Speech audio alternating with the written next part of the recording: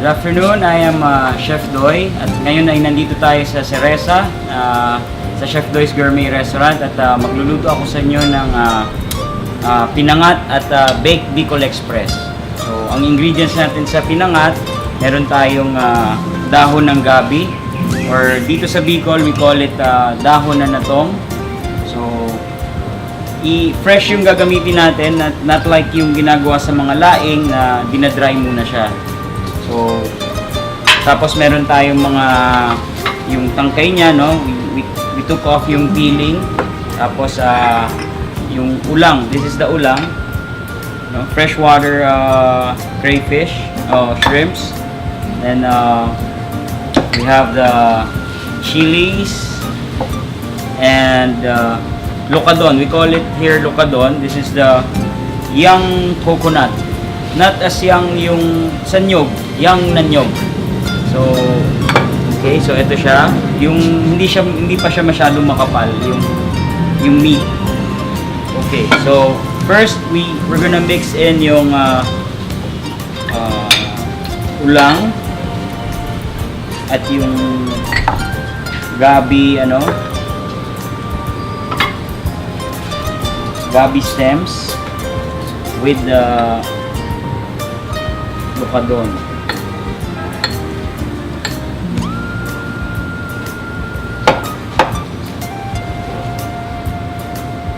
Then after nito,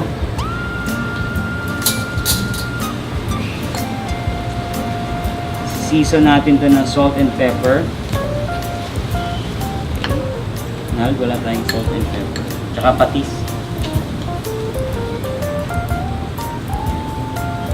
So dito sa Naga, we also call this tinuktok. Kaya siya tinuktok kasi yung meat nito, we grate it or kinukuha namin siya tapos saka namin siya tatadtarin kasabay yung meat ng ulang. Ito, ang pagbalot nito, usually mag-ano ka ng mga pwede natin yung malaki.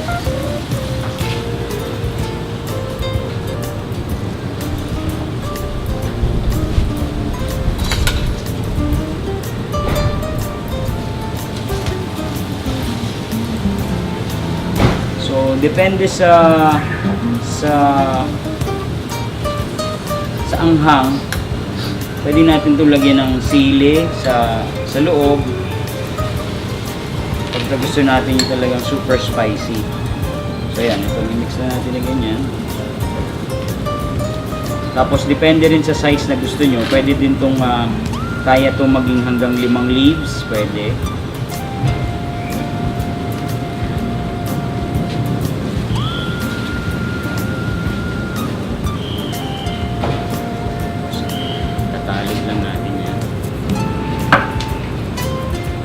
Gagawa lang tayo ng mga pockets ng leaves.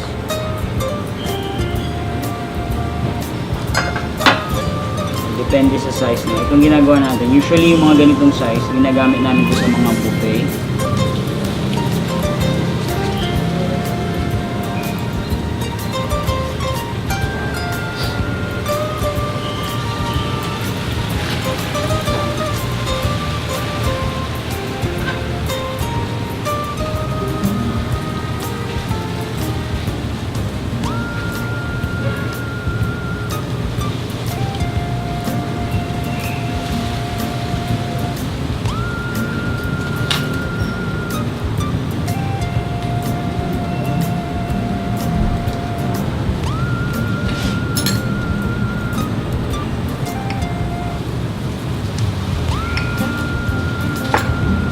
That.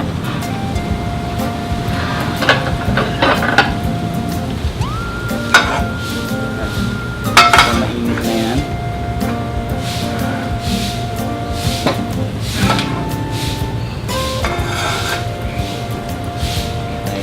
Garlic. It doesn't matter kung ano yung mauna, garlic or onion. Kasi sa ating mga Pinoy, gusto natin nagigisa ng maigi yung garlic, di ba? Pero hindi naman sunog. So, importante yung nagigisa siya.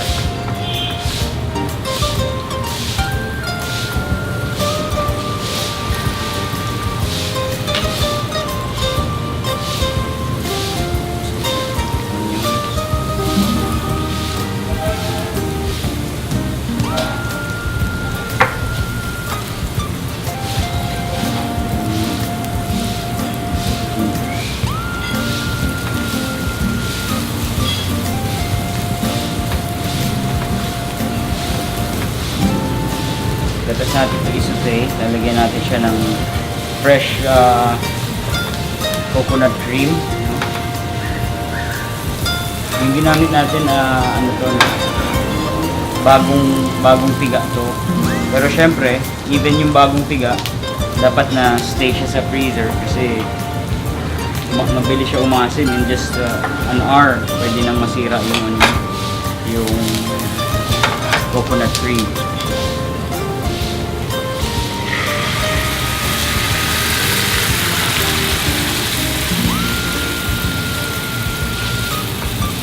So fresh to, no? Anyway, dito naman sa Naga,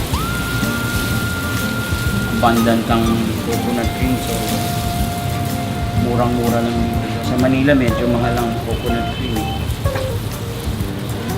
Tapos ito, yung pinagpigaan yung ulo, yung head nitong ulang, lalagay din natin dyan. Pang flavor sa kanya. Ganyan na siya. Lalagay na natin yung ating mga gabi.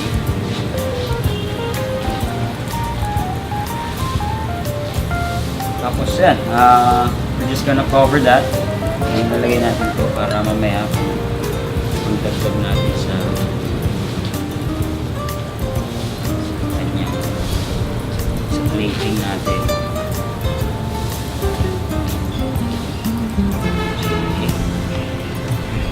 Cover lang natin yan.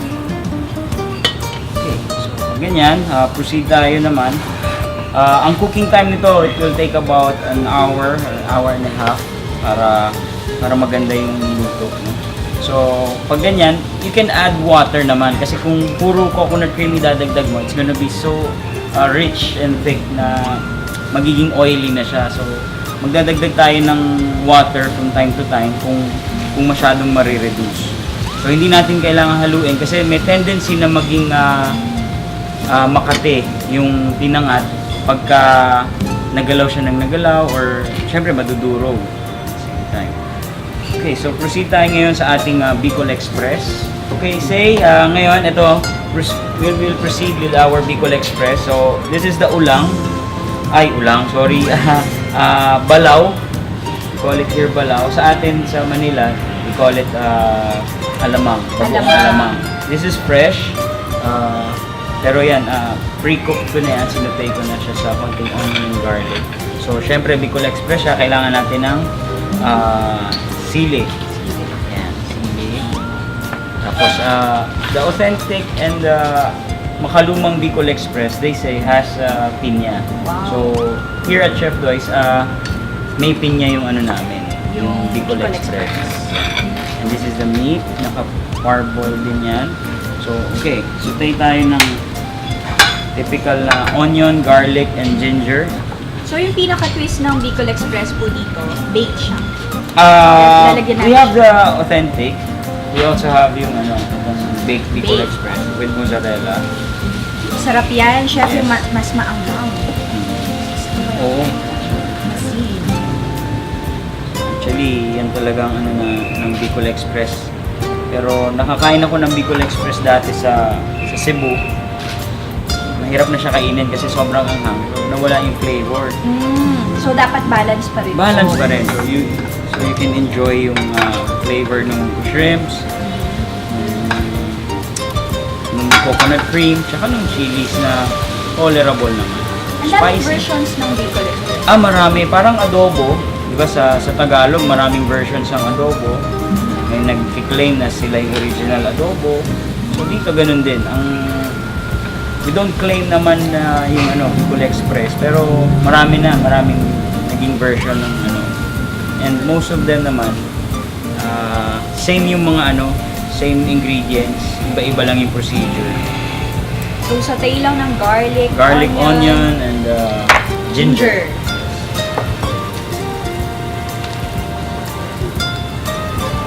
Typical ginger po Filipino. yung mga dishes dito sa Bicol. Oo, no? luya, Mahilig sa tanglad, luya. mahilig ako. Have you tried yung dito, yung specialty nila isa, yung sinalas? Yun? sarap po nun. May sauce, di ba? Kapag Oo, ano yun? hinalo Utak, mo siya. utak ng baboy. Wow, yung sauce niya. Oh. Yun ang, kasi ano yun, kaya siya kinalas. It's because of the, yung mukha ng, yung head ng pig or ng beef, ng cow. I-boil nila yon. Pagkatapos i-boil yun, kakalasin nila yon. Kaya Parang kinakalas. kinakalas nila Sinishred. oo, No sa po. skull. Ayan na. Ayan. So, kailangan Bango. natin ito. Tapos syempre, dadagdagan natin ng chili.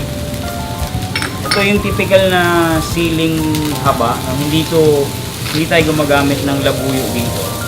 So, mas maraming nailagay.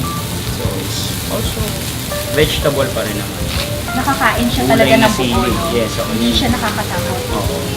So, once na-saute mo na yan, we'll add some patis. Just a teaspoon siguro. Sa pepper.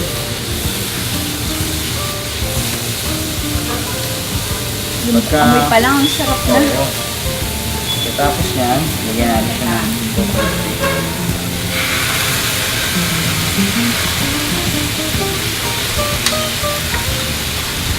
Okay. Tapos itong naka pre-boiled na na meat na pork, lagyan na natin. Kasi Pwedeng ibang klase ng meat po. Pwede. meron, yun yung mga variation eh. Meron dito with chicken, no? Bicol Express na yung naka-stop sa chicken, sa gulay. Pwedeng seafood din. Pwede rin. Actually, this is already yung balaw or alamang. Nilalagyan na nila to minsan ng mga shrimps, ng crabs. Yun yung typical. So ito. Tapos yung Yan, pineapple. pineapple. Parang ngayon lang ako nakakita talaga ng pineapple sa Bicol Express. Yun pala yung Bago. authentic, no? Oo, kasi yung nung simula itong restaurant, nag-research kami ng mga recipes ng Bicol Express. And we stick to the one na medyo parang may pagkatotoo yung storya. So, yun. Pinya. And they say ang Bicol Express started sa Malate, hindi dito sa Bicol. Talaga. Bicolano ang nagawa. So, bumili siya ng alamang. Gusto niya kumain ng alamang na maanghang, may sili. Walang baboy. Bagoong lang, tsaka sili. Tapos nilagyan niya ng gata. Sinerve nila yun sa Malate. And sobrang anghang niya. So, sikat na sikat nung panahon na yun yung train, yung Bicol Express train. So, sabi niya, para kang sumakay sa Bicol Express, pagka kumain ka nito, tatakbo ka ng mabilis papunta sa Dahil sa hanap ka anghang. ng tubig. So, yun, sabi nila, doon yung sikla. Parang yung pineapple, binabalance niya. Yes, it balances yung sweetness, tsaka yung anghang. Sarap. So, dito sa amin, pwede kayo order ng super spicy kasi from scratch siya lahat, on the spot siya ginagawa. So, pwedeng mild, pero hindi kami nagsiserve ng hindi spicy na Bicol Express. Wala na yung niya. Wala nang sense yun. Wala nang sense yun pag nag-serve ka ng hindi maanghang na Bicol Express.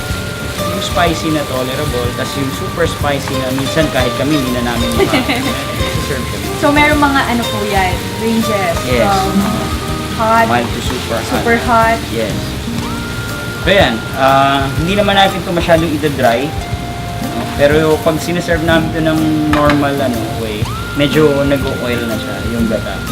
So pag nag-oil na, minsan yung dinadagdagan pa namin ng konti to add yung aroma, yung flavor ng coconut cream. Gata talaga. Oo. Hindi water, gata No, talaga. gata.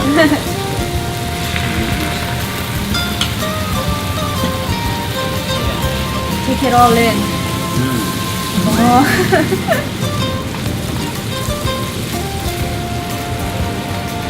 Hindi, basta yun, natuto ko sa kapatid Sa ko. kapatid mo. Oo. Tapos yun, pinamana niya sa akin yung catering business niya. Na meron naman siyang mga nagpe-prepare. Ako lang yung naghahatid. Ganun ko magpamana. So yun, ako yung naging driver niya dun sa catering business niya. Sa Shangri-La, kami yung concessionaire kami ng hors d'oeuvres sa Shangri-La.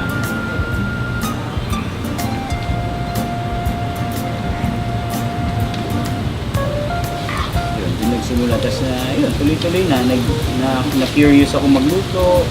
Pero hindi ako nag-aral nag-ano lang ako, yung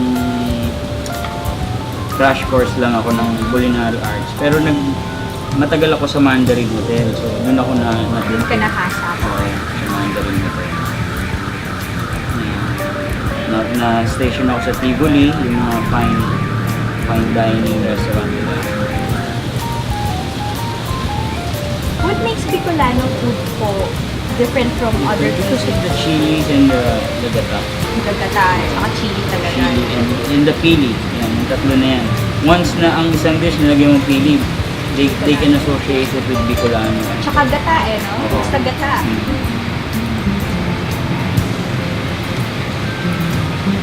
Okay, so yan. Ay, Piligyan niya. Tapos we're gonna mozzarella. mozzarella. I-filter natin. This balance. Ito naman, neutral naman ang mozzarella. Adds ano lang to texture. And syempre yung creaminess. Ganda yan, mainit pa talaga para Yes, mag-melt. consider. I-bake natin to. I-bake So pa. talagang magme-melt talaga siya. So yung bell pepper, maluluto rin siya ng saglit. Tapos garnishin natin yung pineapple na slices dito. Tsaka Bibake mo na po. Or- i-bake muna natin. Okay. Tapos tsaka natin siya papatungan. Lalagyan natin siya sa bed of crispy pork. Shorts. Ah. Okay, so bake natin yan.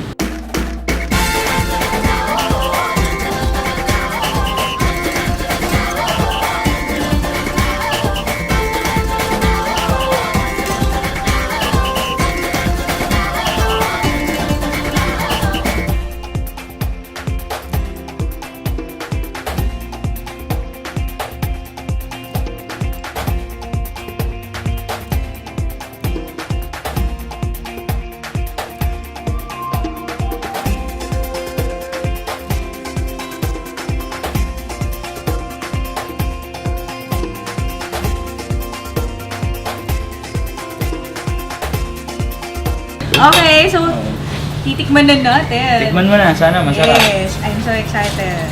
Itsura pa lang masarap na, chef. Mm. Oh, sige. Hindi na natin. Okay lang ba dito na? Yeah, ito. Tingnan natin kung ano yung itsura na. Ayan. Ayan. Just a small bite and try. Pero walang anghang yan. Walang. Ayan. Ang ano nito is you have to yung inaano namin naglalagay kami ng tawag dito maanghang na patis din sa iba. Pero ito yung gabi ang ini-emphasize. Yung highlight. Oh, yung Ayan, gabi. titikman na natin siya.